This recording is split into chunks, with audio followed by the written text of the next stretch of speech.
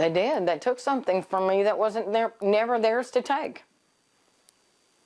I had that boy, and the world took him anyway. They devastated me. They might as well have killed me too. A mother reflecting on the murder of her son, lured, corrupted, and killed by members of his own gang. More in our special report in just a minute. Violent gangs initiating new recruits inside prison, then turning against them on the outside. Federal prosecutors say the groups will do just about anything to protect their power, territory, and profits from drug dealing and other organized criminal activity. James Lee Sedtall learned just how far they'll go. He died at the hands of the white supremacy gang he was a member of in March of 2011. According to investigators, he shot a member of a rival group and was later killed, put in a trunk of a car and burned to prevent that other gang from retaliating.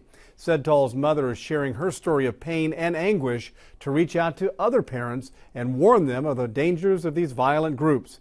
Here's KFDM's Megan Dillard with the final part of her special report, Lured, Corrupted, and Killed. Hell of a mother I turned out to be. And look what happened. Vivian Sedtall blames herself. I couldn't protect him.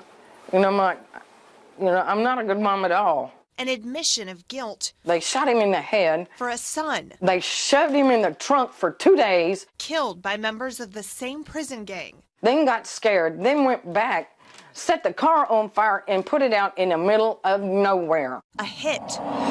Ordered by a rival gang. My son was not a dog. 2 of the 4 accused killers sentenced to life. That's too painful. Vivian says the criminal justice system failed her. No phone call ever came to confront the killers in court. If you had been able to get in there in the courtroom, what would you have said? My son trusted you and all you did was just kill him. You murdered him. You took something from me. He was mine. He was never yours to keep.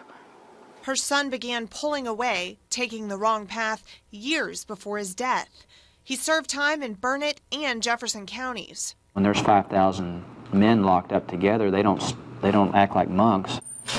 That's where he met the Solid Wood Soldiers. They create a society just like they would out here, and that society, made up of mostly criminal personalities, is going to do criminal things. It was like 2 different worlds.